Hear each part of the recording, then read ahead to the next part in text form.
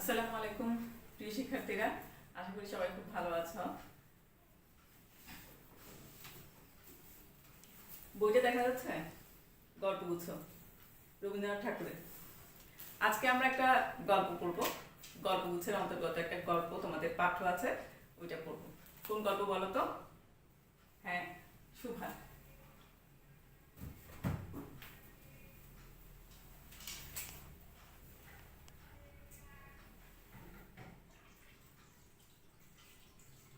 সুভা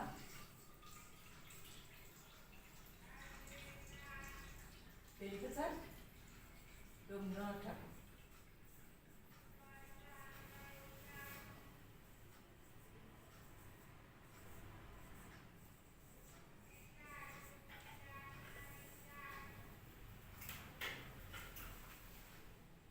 রবীন্দ্রনাথ ঠাকুর জন্ম কত সালে? 1861 সালে। কি তারিখ কত? 7ই মে। বাংলা হচ্ছে 1268 সালে। কত তারিখ বলো? এখানে কিন্তু ইংরেজির চেয়ে বাংলাটা বেশি গুরুত্বপূর্ণ। প্রতি বছর পালিত হয় কত তারিখ? 25শে বৈশাখ। 25শে বৈশাখ।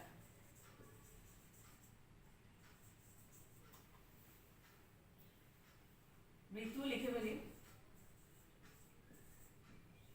মৃত্যু হচ্ছে 1941 সালে 7ই আগস্ট।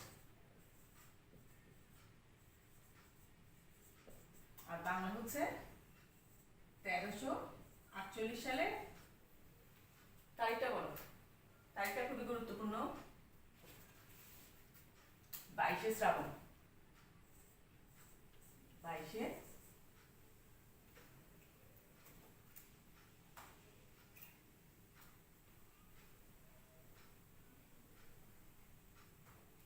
শ্রাবণ।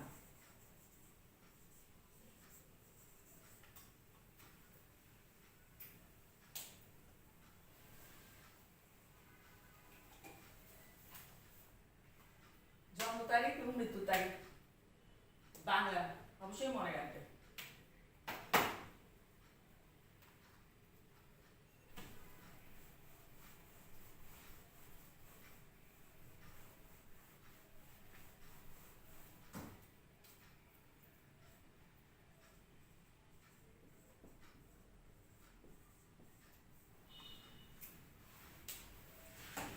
রবীন্দ্রনাথ ঠাকুর সাহিত্যের এমন কোনো শাখা নেই যেখানে উনি যেটা উনি লিখেন নাই, তাই না? গল্প লিখেছেন, কবিতা লিখেছেন, উপন্যাস লিখেছেন, গান লিখেছেন, নাটক লিখেছেন, একমাত্র মহাকাব্য লিখেন নাই। তখন আসলে মহাকাব্যের যুগটা প্রায় শেষ হয়ে আসছিল বলা যায়, সে কারণে লিখেন নাই, নাহলে তাও লিখতেন। সাহিত্য ছাড়াও উনি চিত্রশিল্পীও ছিলেন। উনি কিন্তু অনেক ছবি এঁকেছেন। কয়েকটা ছবি দেখাই।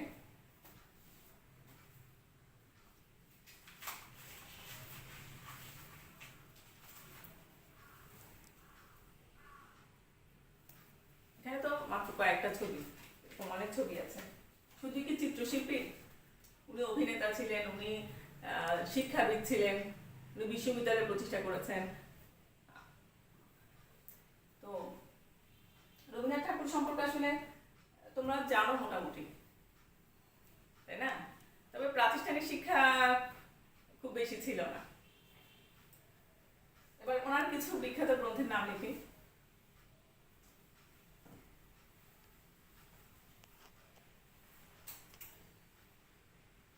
উনি নোবেল পুরস্কার পান কত সালে?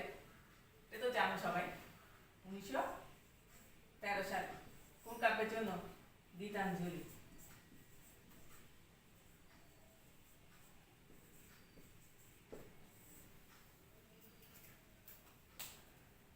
যদিও এই গীতাঞ্জলি বাংলা কাব্যের জন্য নোবেল প্রাইজ পাননি, এটার ইংরেজি অনুবাদটা উনি নিজে করেছিলেন। হ্যাঁ, তার নাম হচ্ছে সং অফারিংস। এখানে শুধু যে গীতাঞ্জলির কাব্য ছিল তা না, আরো কিছু গীতাঞ্জলির কবিতা ছাড়াও আরো অন্যান্য কাব্যেরও কিছু কবিতাও ছিল, মূলত গীতাঞ্জলির কবিতাই বেশি ছিল। এবার ওনার কিছু গ্রন্থের নাম লিখে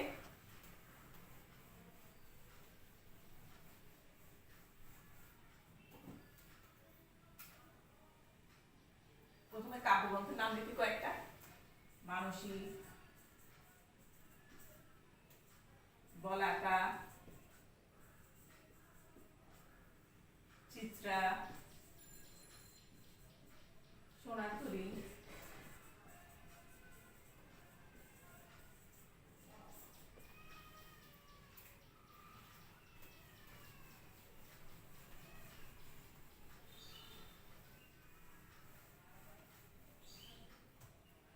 এবার কয়েকটি উপন্যাসের নাম লিখে।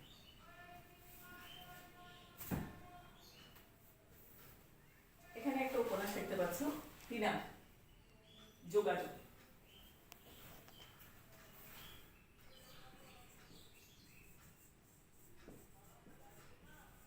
যোগাযোগ, চোখের বালি,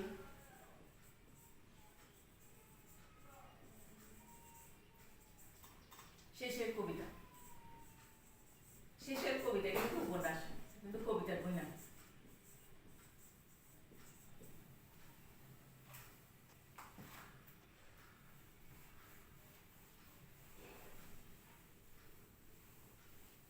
কয়েকটা নাটকের নাম লিখি। রক্তকরবী,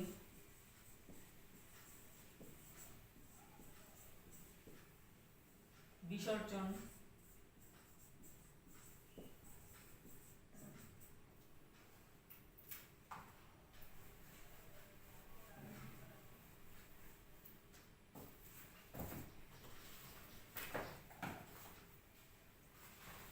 ছোট গল্প, গল্পগুচ্ছ, এছাড়া প্রবন্ধ লিখেছেন।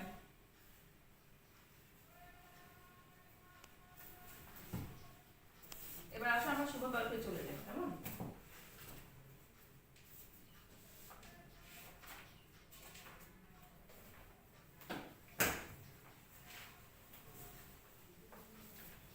শুভ গল্পে যাওয়ার আগে রবীন্দ্রনাথ ঠাকুরের কয়েকটা কবিতা লাইন বলি। এই কবিতার কয়েকটা লাইনটা ছোট গল্পের সংজ্ঞাও বলা যায়, ঠিক আছে? ছোট গল্প কি কেউ যদি না বুঝে, এই কবিতার কয়েকটা লাইন পড়লে মোটামুটি ছোট গল্প কি সেটা বুঝে যাবে। ছোট প্রাণ, ছোট ব্যথা, ছোট ছোট দুঃখ কথা, নিতান্তই সহজ সরল, অজস্র বিস্মৃতি রাশি, প্রত্যহ যেতেছে ভাসি, তারই দু চারিটি অশ্রুজল, নাহি বর্ণনা ছটা, ঘটনার ঘন ঘটা, নাহি তত্ত্ব নাহি উপদেশ, অন্তরে অতৃপ্তি রবে, সাঙ্গ করি মনে হবে, শেষ হয়ে হইল না শেষ। বোঝা যাচ্ছে? ছোট প্রাণ, ছোট ব্যথা, ছোট ছোট দুঃখ কথা, নিতান্তই সহজ সরল। এমন কোনো জটিল কাহিনী থাকবে ছোট গল্পে, এমন কোনো কথা নেই। হ্যাঁ, ছোটখাটো কাহিনী। অজস্র বিস্মৃতি রাশি, প্রত্যহ যেতেছে ভাসি, তারই দু চারিটি অশ্রুজল। আমাদের জীবনে, সবার জীবনে অনেক কাহিনী ঘটছে ছোটখাটো, হ্যাঁ, যেগুলো বিস্মৃতির অতল গহ্বরে হারিয়ে যাচ্ছে। সেরকমই কয়েকটা কাহিনী আর কি ছোটখাটো জীবনের। নাহি বর্ণনা ছটা, ঘটনার ঘন ঘটা, নাহি তত্ত্ব নাহি উপদেশ। ছোট গল্পে এমন কোনো বর্ণনা থাকবে না লেখকের, ঘটনার ঘন ঘটাও থাকবে না, অনেক ঘটনা থাকবে না, একটা ঘটনাকে কেন্দ্র করে হবে। হ্যাঁ, এখানে অনেক উপন্যাসে যেমন একটা প্রধান ঘটনা থাকে, এছাড়া আর অনেক ছোট ছোট ঘটনা থাকে না, সেরকম না, একটা ঘটনা। নাহি তথ্য নাহি উপদেশ, কোনো তথ্য থাকবে না, কোনো উপদেশ থাকবে না। হ্যাঁ, যে এটা করা উচিত, এটা করা উচিত না, এরকম চলা উচিত, এরকম কোনো উপদেশ থাকবে না। উপদেশ যদি কিছু থাকে সেটা গল্পের ভেতরেই থাকবে, গল্প থেকে আমাদের বুঝে নিতে হবে। অন্তরে অতৃপ্তি রবে, সাঙ্গ করি মনে হবে, শেষ হয়ে হইল না শেষ। এই কথাটা সবচেয়ে গুরুত্বপূর্ণ, শেষ হয়ে হইল না শেষ। ছোট গল্প যখন তুমি শেষ করবে তখন মনে হবে এটা বুঝি শেষ হলো না, এটা বুঝি অসমাপ্ত, আরো কিছু থাকলে ভালো হতো, এরপরে কি হলো, এরকম একটা অতৃপ্তি থেকে যাবে মনে। শুধু এটাই না, ছোট গল্পের শুরুটাও হবে হঠাৎ করে, যেন মাঝখান থেকে ঢুকে গেছে কাহিনীর ভেতরে। উপন্যাসে যেমন একটা প্রস্তুতি আছে, আস্তে আস্তে শুরু হয় কাহিনীটা, সেটা না, ছোট গল্প হঠাৎ করে শুরু হয়ে যাবে এবং হয়ে যাবে। তোমরা পল্লী জননী কবিতা পড়েছ? যদিও এটা কবিতা, ছোট গল্প না, তারপরে ছোট গল্পের কিছু বৈশিষ্ট্য আছে। দেখো এটা যখন শেষ করো তখন মনে হয় না যে এরপরে কি হলো, এই ছেলেটা কি হলো, বাঁচলো না মরলো, কি হলো, একটা অতৃপ্তি থেকে যায় না? ওরকম ছোট গল্প তো এমনিতেই পড়লে মনে হবে যে আর একটু থাকলে ভালো হতো। এরপরে তোমাদের বইয়ের ছোট গল্প শুভা গল্পটা কিন্তু সম্পূর্ণ দেয়নি, এখানে কিন্তু আরো কিছু অংশ বাকি রয়ে গেছে। আচ্ছা ঠিক আছে, আমি না হয় এখানে যা দেয়নি তা বলবো তোমাদের। এবার আসো আমরা গল্পটা শুরু করি।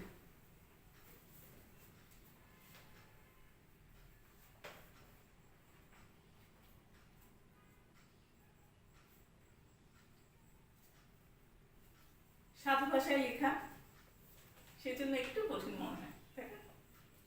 মেয়েটির নাম যখন সুভাষিনী ডাকা হইয়াছিল তখন কে জানিত সে বোবা হইবে। তাহার দুটি বড় বোনকে সুকেশিনী ও সুভাষিনী নাম দেওয়া হইয়াছিল। তাই মিলের অনুরোধে তাহার বাপ ছোট মেয়েটির নাম সুভাষিনী রাখে। এখন সকলে তাহাকে সংক্ষেপে শুভা বলে। তাহলে দেখতে পাচ্ছি এই যে শুভা, তার নাম রেখেছিল সুভাষিনী। তার বড় দুই বোনের নাম ছিল সুহাসিনী, সুহাসিনী, সুকেশিনী। তার সাথে মিল রেখে, সাধারণত ভাই বোনের নাম মিল রাখে না, সেরকম মিল রেখে রেখেছিল সুভাষিনী। সুভাষিনী মানে যে সুন্দরভাবে কথা বলতে পারে। তো তখন কে জানতো যে সে বোবা হবে? তখন তো বুঝে নেয়। যার নাম সুভাষিনী, যার নামের অর্থ হচ্ছে সে সুন্দরভাবে কথা বলতে পারে, কিন্তু সে আসলে কথাই বলতে পারে না। কানা ছেলের নাম পদ্মলোচন, একটা প্রবাদ আছে না, অনেকটা এরকম হয়ে গেছে আর কি। যাই হোক, সবাই তাকে কি বলে? শুভা বলে। দস্তুর মতো অনুসন্ধান ও অর্থ ব্যয়ে বড় দুটি মেয়ের বিবাহ হইয়া গেছে। এখন ছোটটি পিতা মাতার নীরব হৃদয় ভারের মতো বিরাজ করিতেছে। বড় দুইটা মেয়ের বিয়ে হয়ে গেছে, নিয়ম মতোই হয়ে গেছে, অর্থ ব্যয় বলো, অনেক অনুসন্ধান করে খোঁজ খবর নিয়ে যেভাবে হোক যেভাবে হওয়ার আর কি সেভাবে হয়ে গেছে। এখন ছোটটার হয়ে গেছে। যখনকার গল্প, তখন তো মেয়েদের অনেক তাড়াতাড়ি বিয়ে দিত, তোমরা নিশ্চয়ই জানো। কিশোরী বয়সে বা বালিকা বয়সে বিয়ে হয়ে যেত। কিন্তু বোঝা যাচ্ছে ওর বয়সে অন্যদের হয়তো বিয়ে হয়ে গেছে, কিন্তু সে যেহেতু বোবা, সমস্যা হচ্ছে, তাই না? আচ্ছা, তখনকার মানে কখনকার, এটা তো অবশ্যই বুঝতে পারছো, কমপক্ষে তো 100 বছর আগে। হ্যাঁ, আর এই যে গল্প বুঝছো, এখানে কিন্তু সবগুলো গল্প কখন লেখা হয়েছে তারিখটা লেখা আছে। মানে তারিখ লেখা ছিল গল্পের শেষে 1299, বাংলা 1299।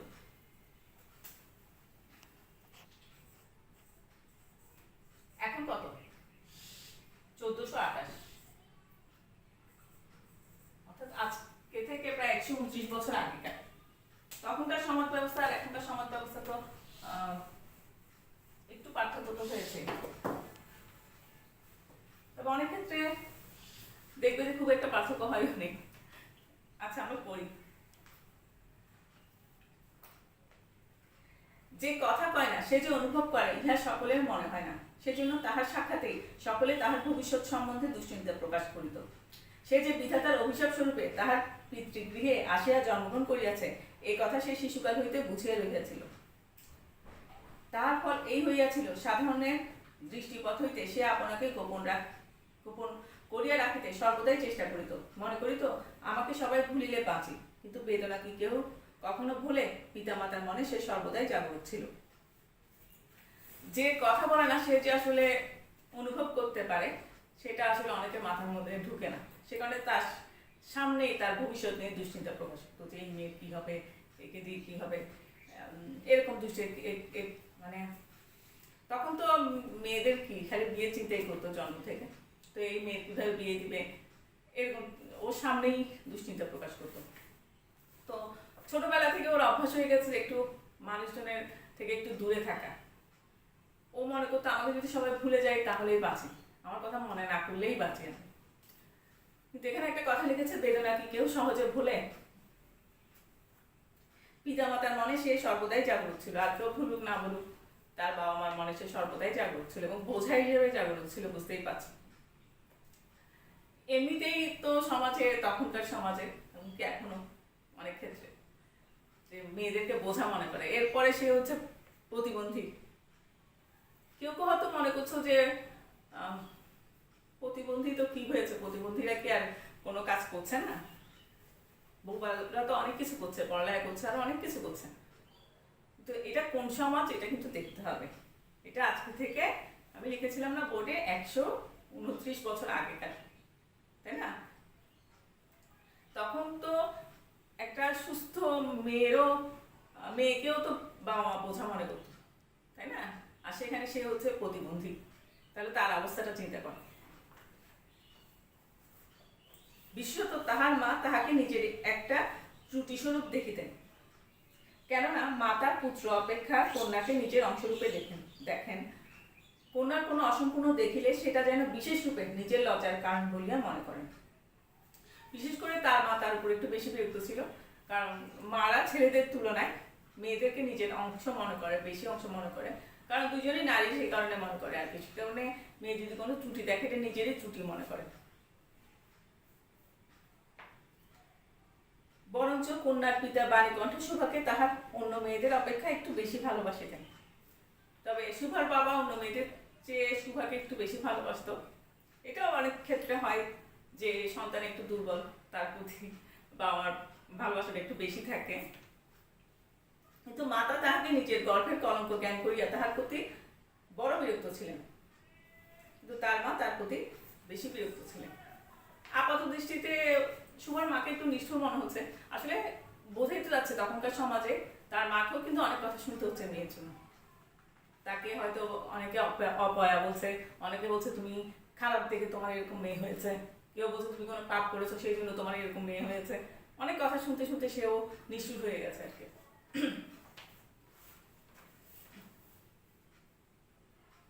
কিন্তু তাহার সুদীর্ঘ পল্লব বিশিষ্ট বড় বড় দুটি কালো চোখ ছিল, এবং তাহার ওষ্ঠাধর ভাবের আভাস মাত্র কচি কিশলয়ের মতো কাঁপিয়া উঠিত। তার ভাষা ছিল না, কি ছিল? তার বড় বড় চোখের পাপড়ি ছিল।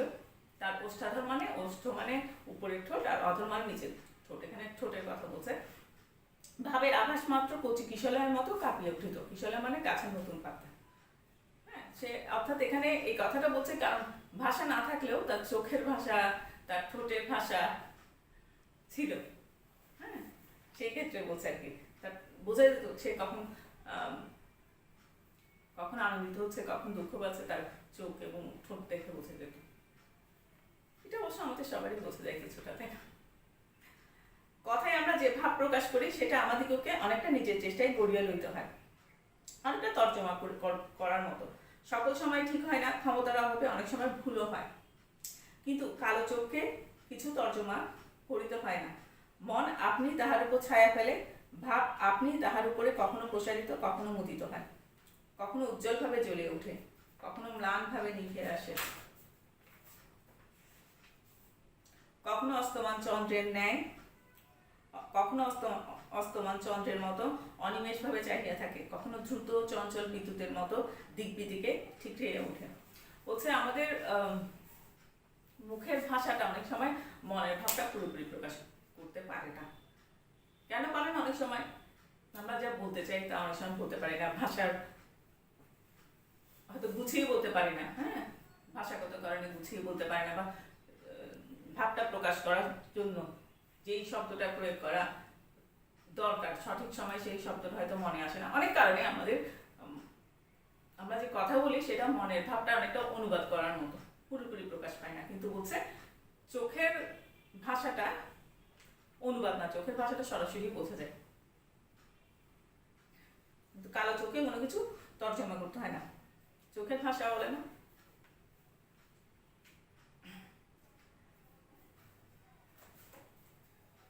চোখ মনের কথা বলে, তাই না? এরকম একটা গানও আছে মনে হয়, যে চোখ যে মনের কথা বলে, অনেকটা ওই টাইপের আর কি। দেখো এখানে হয়তো কিছু কিছু জিনিস তোমাদের একটু শব্দের সমস্যা হতে পারে, সে কারণে আমি এটা আবার বলছি, নাহলে বলার কিছু ছিল না। কিন্তু কালো চোখে কিছু তর্জমা করিতে হয় না। মন আপনি তাহার উপর ছায়া ফেলে, ভাব আপনি তাহার উপর কখনো প্রসারিত, কখনো মুদিত হয়, কখনো উজ্জ্বলভাবে জ্বলে ওঠে, কখনো ম্লানভাবে নিভে আসে, কখনো অস্তমান চন্দ্রের ন্যায় অনিমেষভাবে চাহিয়া থাকে। অনিমেষ ভাবে মানে পলকহীন ভাবে চেয়ে থাকে, কখনো দ্রুত চঞ্চল বিদ্যুতের মতো দিক বিদিকে ঠিকরাইয়া ওঠে। এগুলো মনে হয় বুঝতে পেরেছ, তাই না? মুখের ভাব ওই আজন্মকাল, যাহার অন্য ভাষা নাই, তাহার চোখের ভাষা অসীম উদার এবং অতলে স্পর্শ গভীর। যার মুখের ভাষা নাই তার চোখের ভাষাটা অনেক গভীর, সাধারণ মানুষের তুলনায় অনেক গভীর। এমনিতেও দেখা যায় মানুষের যখন কোনো একটা দিকে অসুবিধা থাকে তখন কিন্তু দেখা যায় তার উন্নতিকে কিন্তু আরো সাধারণ মানুষের চেয়ে আরো বেশি ভালো থাকে। হ্যাঁ, সেজন্য যারা প্রতিবন্ধী, যদিও আজকাল তো প্রতিবন্ধীও বলা উচিত না, বিশেষ চাহিদা সম্পন্ন, তাই না? তারা একটু সুবিধা পেলে অনেক সময় স্বাভাবিক মানুষদের চেয়ে আরো বেশি উন্নতি করে, তাদের ইচ্ছাও থাকে।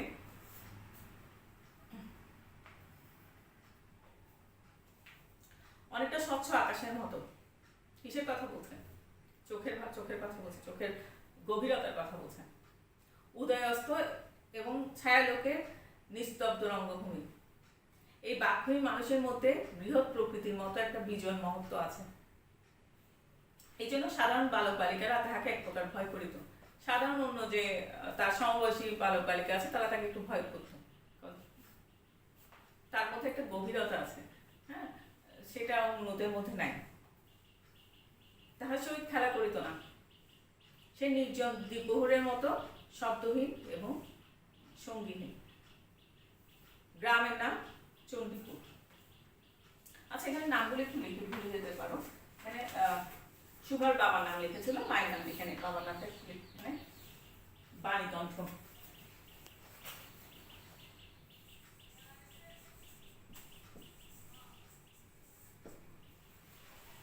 গ্রামের নাম কি? চণ্ডীপুর।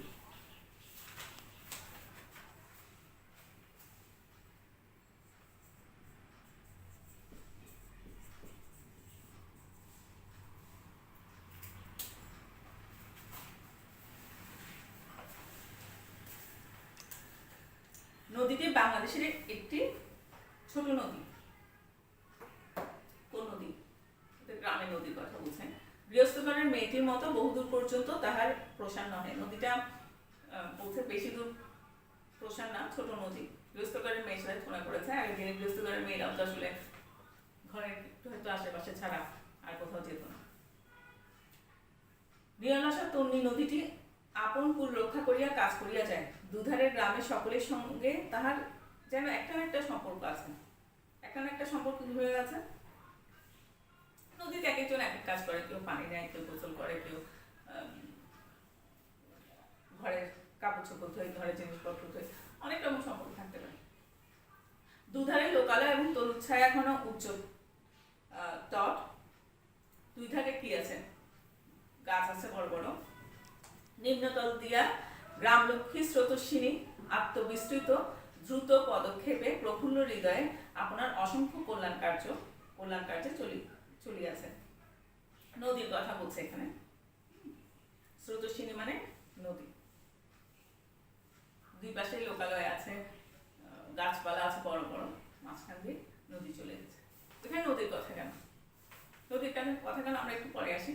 আর রবীন্দ্রনাথের গল্পের মধ্যে কিন্তু প্রকৃতির বর্ণনাটা একটু বেশি থাকে। হ্যাঁ, আর প্রকৃতির সাথে আসলে মানুষের যে সম্পর্কটা, মানুষের আবেগের সম্পর্ক, মানুষের জীবনের সম্পর্ক, এটা একটু বেশি থাকে। রবীন্দ্রনাথ মূলত কবি তো, সে কারণে কাব্যিক ভাবটা একটু গল্পের মধ্যেও চলে আসে। বাণীকণ্ঠের ঘর নদীর একেবারে উপরেই। তাহার বাখারির বেড়া, আটচালা, গোয়ালঘর, ঢেকিশালা, খড়ের স্তূপ, তেঁতুলতলা, আম, কাঁঠাল এবং কলা বাগান নৌকাবাহী মাত্রেরই দৃষ্টি আকর্ষণ করে। তাহলে বোঝা যাচ্ছে বাণীকণ্ঠ বেশ সচ্ছল, গরিব না। এই গার্হস্থ সচ্ছলতার মধ্যে বোবা মেয়েটি কাহারও নজরে পড়ে কিনা জানি না, কিন্তু কাজকর্মে যখনই অবসর পায় তখনই সে এই নদী তীরে আসিয়া বসে। প্রকৃতি যেন তাহার অভাব পূরণ করিয়া দেয়। কার অভাব? সুভার। সে কারণে প্রকৃতির বর্ণনা করছে। হ্যাঁ, প্রকৃতির সাথে তার যে একটা সম্পর্ক এই কথায় আসবে, ঠিক আছে। যেন তাহার হইয়া কথা কয়, নদীর কলধ্বনি, লোকের কোলাহল, মাছের গান গান, পাখির ডাক, তরুর মর্মর সমস্ত মিশিয়ে চারিদিকে চলাফেরা আন্দোলন কম্পনের সহিত এক হইয়া সমুদ্রের তরঙ্গ রাশির ন্যায় বালিকার চিরনিস্তব্ধ হৃদয় উপকূলের নিকট আসিয়া ভাঙিয়া পড়ে। প্রকৃতির এই বিবিধ শব্দ এবং বিচিত্র গতি, ইহাও বোবার ভাষা। প্রকৃতিও তো কথা বলে না, প্রকৃতির যেমন ভাষা আছে তেমন সুভারও ভাষা আছে। এই প্রসঙ্গে কথাটা বলেছে। বড় বড় চক্ষুপল্লব বিশিষ্ট সুভার যে ভাষা, তাহারই একটা বিশ্বব্যাপী বিস্তার। ঝিলিরপূর্ণ তৃণভূমি হইতে শব্দাতীত নক্ষত্রলোক পর্যন্ত কেবল ইঙ্গিত, ভঙ্গি, সঙ্গীত, ক্রন্দন এবং দীর্ঘশ্বাস। প্রকৃতির কথা বলছে।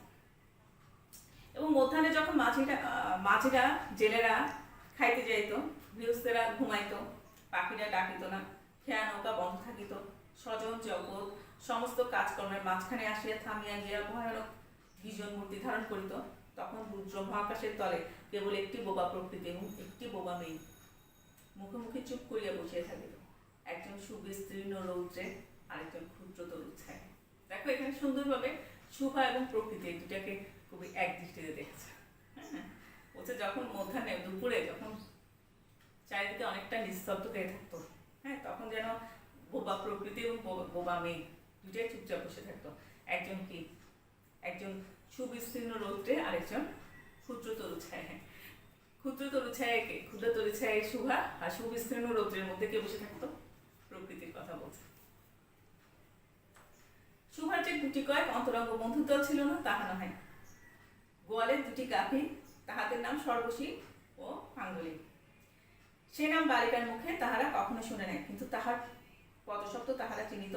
তাহার কথাই একটা করুণ সুখ ছিল, তাহার মর্ম তাহারা ভাষার অপেক্ষা সহজে বুঝিত।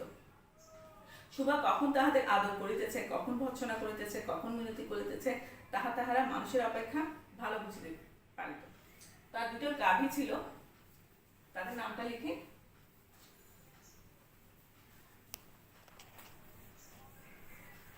নাম কি? সর্বশী, এটা কি পাঙ্গুলি। এই নামটা তারা শুভার মুখে কখনো শুনে নেয়, তারা শুনবে কি করে? শুভা তো কথা বলতে পারে না, ঠিক আছে। নামগুলো হয়তো শুভাই দিয়েছে, কিন্তু নাম ধরে তো আর ডাকা হয় না। কিন্তু নাম না শুনলেও তারা তাকে শুভাকে বেশি বুঝতে পারতো। শুভা কখন তাদের আদর করছে, কখন বকা দিচ্ছে, ভর্ৎসনা মানে বকা দেয়া, সেটা তারা অন্যদের চেয়ে আরো বেশি ভালো বুঝতে পারত।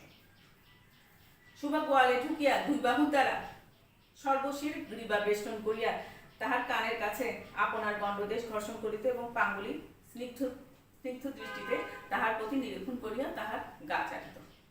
বালিকা দিনের মধ্যে নিয়মিত 3 বার করিয়া গোয়াল ঘরে যাইত, তাহা ছাড়া অনিয়মিত আগমনও ছিল। গৃহে যেদিন কোনো কঠিন কথা শুনিত, সেদিন সে অসময় তাহার এই মুখ বন্ধু দুটির কাছে আসিত। মুখ দীর্ঘ ক, মুখ মানে হচ্ছে বোবা। হ্যাঁ, তাহার সহিষ্ণুতা পরিপূর্ণ বিষাদ শান্ত দৃষ্টিপাত হইতে তাহারা কি একটা অন্ধ অনুমান শক্তির দ্বারা বালিকার মর্মবেদনা যেন বুঝিতে পারিত, এবং শুভার গা ঘেঁষিয়া আসিয়া আস্তে আস্তে তাহার বাহুতে শিং ঘষিয়া ঘষিয়া তাহাকে নির্বাক ব্যাকুলতার সহিত সান্ত্বনা দিতে চেষ্টা করিত। কাদের কথা বলছে? ওই গাভীদের কথা বলছে, সর্বশী, পাঙ্গুলি। ইহারা ছাড়া ছাগল এবং বিড়াল শাবকও ছিল, কিন্তু তাহাদের সহিত শুভার ঐরূপ সমকক্ষভাবে মৈত্রী ছিল না। ওই গাভীদের মতো অতখানি বন্ধুত্ব ছিল না, তথাপি তাহারা যথেষ্ট আনুগত্য প্রকাশ করিত। বিড়াল শিশুটির দিনে এবং রাত্রে যখন তখন শুভার গরম কোলটি নিঃসংকোচে অধিকার করিয়া সুখনিদ্রার আয়োজন করিত, এবং শুভা তাহার গ্রীবা মানে ঘাড় এবং পৃষ্ঠে কোমল আঙ্গুলি বুলাইয়া দিলে যে তাহার নিদ্রাকর্ষণের বিশেষ সহায়তা হয়, ইঙ্গিতে এরূপ অভিপ্রায় প্রকাশ করিত। তাকে আদর করে দিলে তার ঘাড়ে, তার পিঠে হাত বুলিয়ে দিলে তার ঘুমের সুবিধা হয়, সেটাও প্রকাশ করত। উন্নত শ্রেণীর জীবের মধ্যে শুভার আরো একটি সঙ্গী জুটিয়াছিল, কিন্তু তাহার সহিত বালিকার ঠিক কিরূপ সম্পর্ক তাহা নির্ণয় করা কঠিন। কারণ সে ভাষা বিশিষ্ট জীব।